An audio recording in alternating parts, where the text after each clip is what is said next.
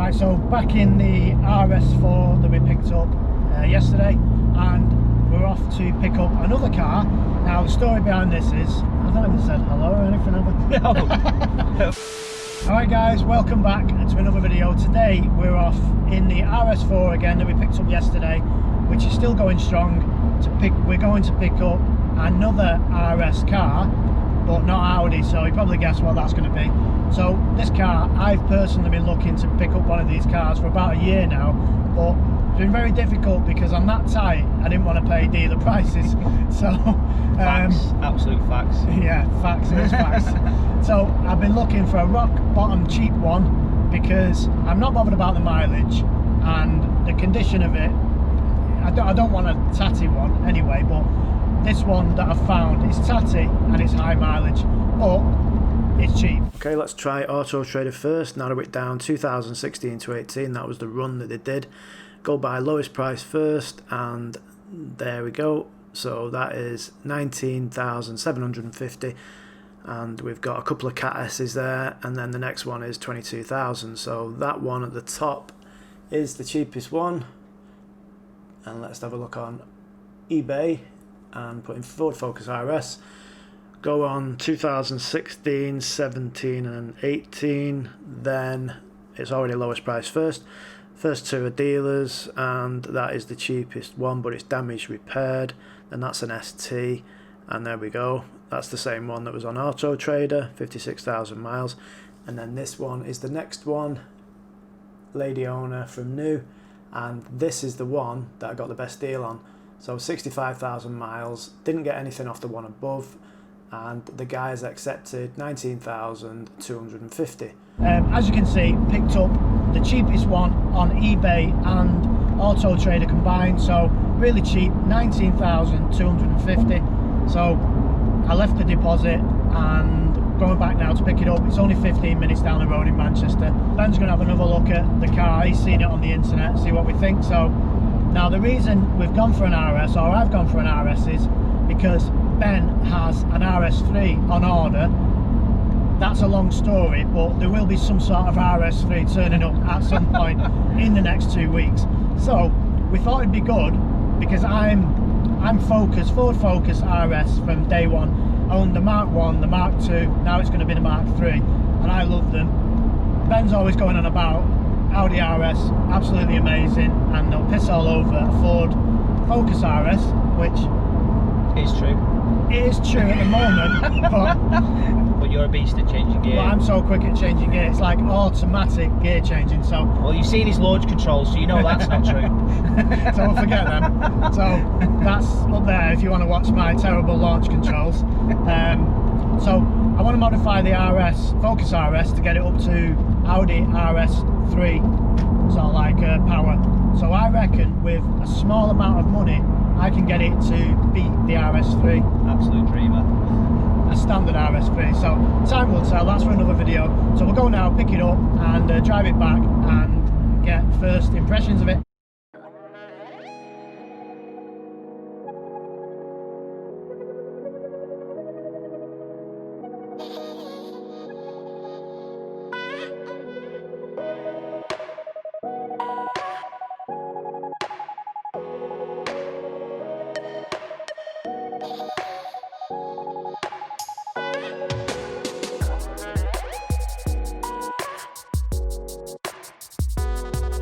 Bit blue. Proper blue. Very blue. Proper I didn't know it was RS metallic though, I've just found out. Yeah. It is actually metallic, I thought it was a solid colour. So 60 odd thousand miles, got the usual sort of like peppered bonnet, stone chips, stuff like that. But on the whole, alloys are alright, apart from the back one. A little chip out of this one. Yeah, we've got a chip there as well, so a little chip out the door, and a couple of chips here and there, one there, so the wheels probably need refurbing. But on the whole, we're only going to do a quick run over it here, not even taking it out yet, but it's fine.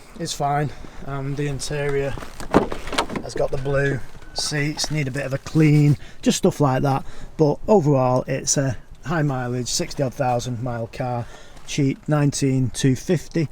So we'll take it out for a little bit of a spin at some point.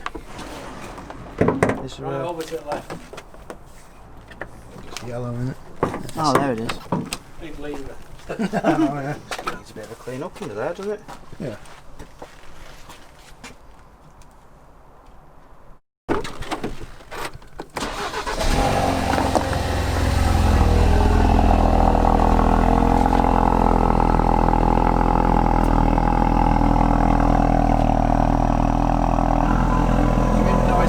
Sold as non-tune.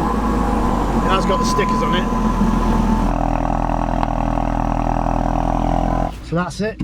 Money paid, insured, everything done. Let's see where the start button is, around there. So first time driving it. Ben just took it out for a test drive a minute ago and he come back with a smile on his face, so that's a good sign. Now when he went out before, the skirt made a horrible sort of like scrape on the drive, so I'll try and get out a bit slower. And let's see what it's like. So we've got 10 miles to empty, so I'm not going to be able to put my foot down too much. But first impressions, feels good. Sat up a bit high in the seat, but it feels real nice. So I just need to go and get some fuel really, and I have no idea where that is. Here he is in his little chabmobile. So this is an absolute nightmare. I've got 4 miles left to empty. I've just gone to the fuel station, which I knew was there last time I looked, and it's actually shut for refurbishment, so I've got to go back up the road, and I just hope, really hope, I don't run out of fuel. So I've been driving this car now for 10 minutes and I've not even gone over 2,000 RPM, so fuel station should be up here now, hopefully, and I can get some fuel in it and give it a little bit of get to see what the pops and bangs are all about. That Ben said when he come back, he said it makes all the noises, so I'm literally itching to put my foot down.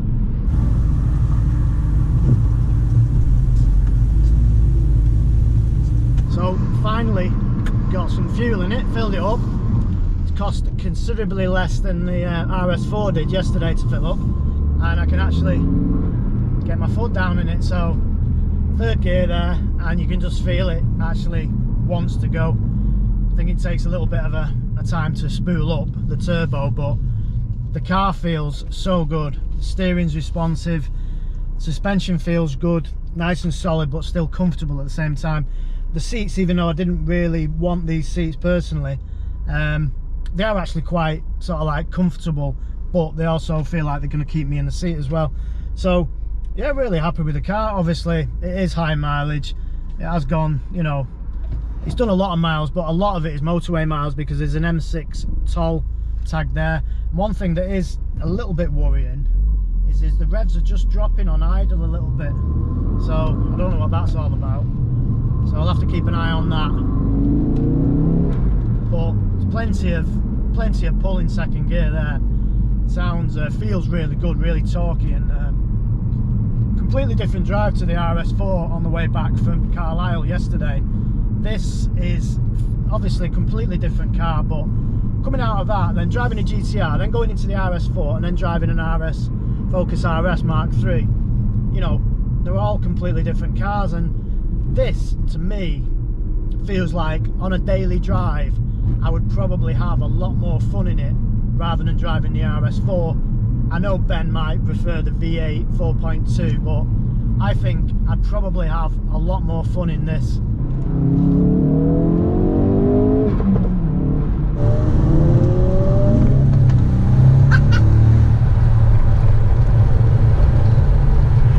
Popping and banging, sounds good. Listen to that, pops and bangs. That sounds absolutely amazing. And I've missed it because my Mark II Focus RS that I had 10 years ago, that used to do exactly the same, slightly different engine. Obviously that was a 5-pot 2.5 litre, but it's just it's a completely different feel. It is a bit, you know, it's a bit of a chavvy car to be honest, but I don't really care. It just feels so good to drive. Really enjoyable car, and I know the person that's sold this has had it for 4 years. One owner car, lady owner, So obviously, to keep a car for 4 years, you must have really enjoyed it. Maybe it was on PCP, and the 4-year PCP was up. Probably makes sense. But yeah, quite happy with it up to now. I think we've established it is a on tune. So if that is the case, then the car is about 375 horsepower, I believe. We'll obviously have to get it dynoed just to check. But the only thing is, like I said, the seating position is a little high for my liking. Now, if I went for the shell seats, which I did try and get, probably would have sat me down a little bit lower. But there might be an adjuster down there. I'm not going to be able to check yet because I'm driving it. So when I get back, I'll have a look at that. I've been looking for this car for so long now, for a year. Just wanting to get a good deal on one, really. And I feel like this, even though it's high mileage, a bit battered really, but I'm going to tidy it up. It is a good deal. 19,250 I think is a bargain, really, if the car is okay. Obviously, if there's something wrong with it, then it's going to turn out to be not so much of a bargain if I've got to get things fixed on it. He's so happy, I can't explain to you how happy he is. He loves his little fast forward stuff. So suspension feels pretty stiff, not uncomfortably stiff, but you know, just nice. And it went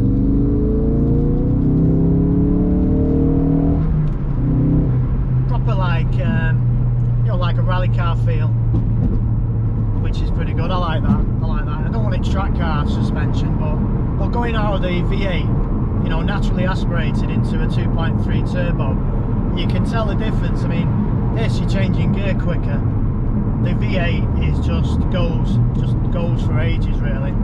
But already, after driving this car for 10-15 minutes now, 10 minutes probably where I've been able to put my foot down, you can tell it is lacking on power, because if you put your foot down, even in 4th gear there, I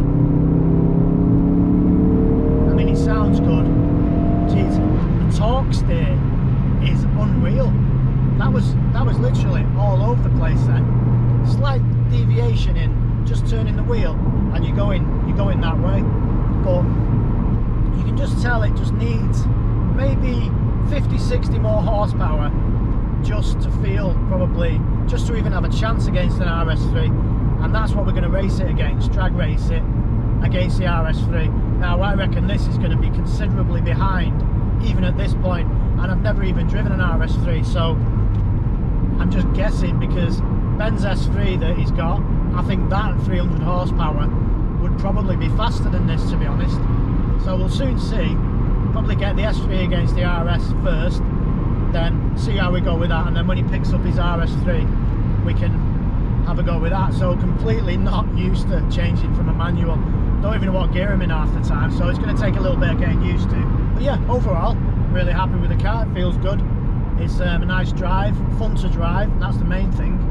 So be back at home 5 minutes and we'll have another look over the car.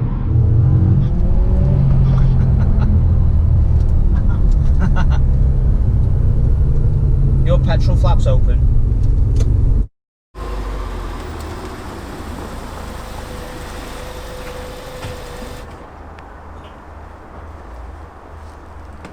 It's not like the old one. It's not like the Mark II. Better. No, I would say it's got quite a lot to go on the Mark II. I think it's a bit underpowered, but it drives really well, and it pops and bangs, which is the main thing. That's all you want of a car, isn't it? Yeah, of course it is. Spot on. Good car for, you know, 19,250. Absolute bargain. Just have to do a few bits and pieces on it, but we'll save that for another video. So that's the new car. That's a new car. Not going to really be fighting against each other. That one is a project to do some work on because it was cheap, begging to have some stuff done to it. We're going to race that against the RS3 that you're getting, but in the meantime we'll have a little drag race against the S3. What do you reckon? Yeah, the S3 will beat it. Obviously it'll be embarrassing. I think the S3 will actually destroy that. Really? Seriously, yeah. I think the S3 will be the distance between the S3 and the GTR.